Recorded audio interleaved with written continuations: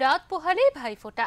বাঙালির এমনিতেই 12 মাসে 13 পার্বণ। উৎসব এলেই বাড়িতে ভুরি ভোজের আয়োজন হয়, অথচ সেই উৎসবে এখন অনেক মানুষের মুখে হাসি আনতে পারছে না। দক্ষিণ দিনাজপুরের খুচরো ব্যবসায়ীদের মুখে মন্দার সুর। বাঙালির 12 মাসে 13 পার্বণ। উৎসব এলেই বাড়িতে থাকে ভুরি ভোজের আয়োজন, অথচ সেই উৎসবে এখন অনেকের মুখে হাসি আনতে পারছে না। দক্ষিণ দিনাজপুরের খুচরো ব্যবসায়ীদের মুখে এখন মন্দার সুর। ভাতৃদ্বিতীয়ার বাজারেও তেমন বেচা কেনা নেই। দোকান খোলা থাকলেও ক্রেতাদের আনাগোনা আগের মতো নেই বলেই জানাচ্ছেন বালুরঘাটের ব্যবসায়ীরা। আমার দোকান তো প্রায় 26 বছর হয়ে গেছে। হ্যাঁ, তো আমি দেখছি আগে যেরকম বাজার ছিল এখন সে তার থেকে বাজার এখন দিন দিন মন্দা হয়ে যাচ্ছে। আর পরবর্তী কি হবে ভবিষ্যৎ বোঝা যাচ্ছে না।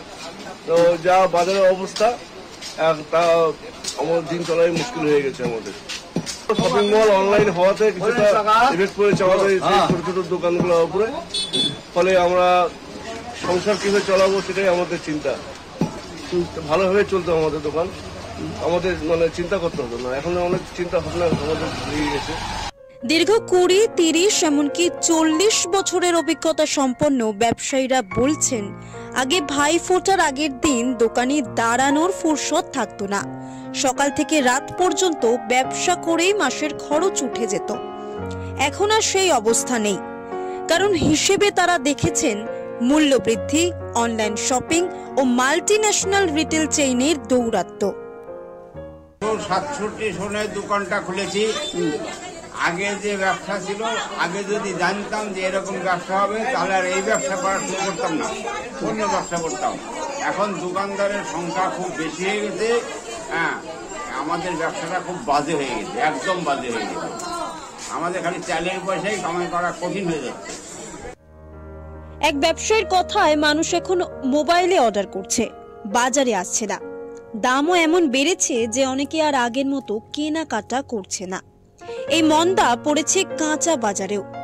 মাছ মাংস থেকে শুরু করে তরি তরকারির ঝুড়ি সর্বত্রই দাম বাড়ার ছাপ। খুচরো মুদিখানার ব্যবসায়ীরাও একই সুরে কথা বলছেন। এখন লোক আছে, উৎসব আছে, কিন্তু ব্যবসা নেই। তবে আশার আলো দেখাচ্ছে ডিমের বাজার।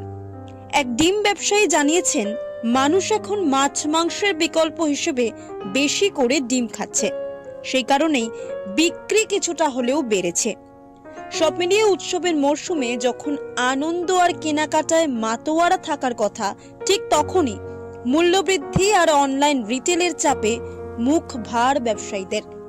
এখন দেখার বিষয়, এই কঠিন সময় পেরিয়ে ক্ষুদ্র ব্যবসায়ীরা কিভাবে আবার ঘুরে দাঁড়ায়।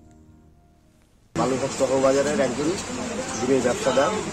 আমি 20-25 বছর হলো এখানে বিজনেস করছি।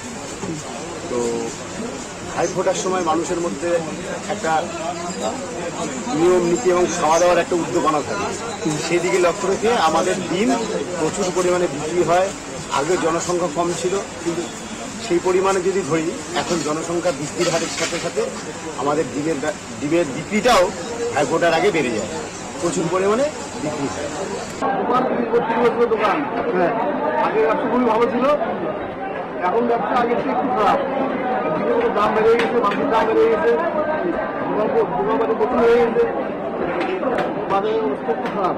1 কিলো তারা 780, আগে 1 কিলো বেড়েছিল, এখন 780। বালুরঘাট থেকে শঙ্কু কর্মকারের রিপোর্ট, ওঙ্কার বাংলা।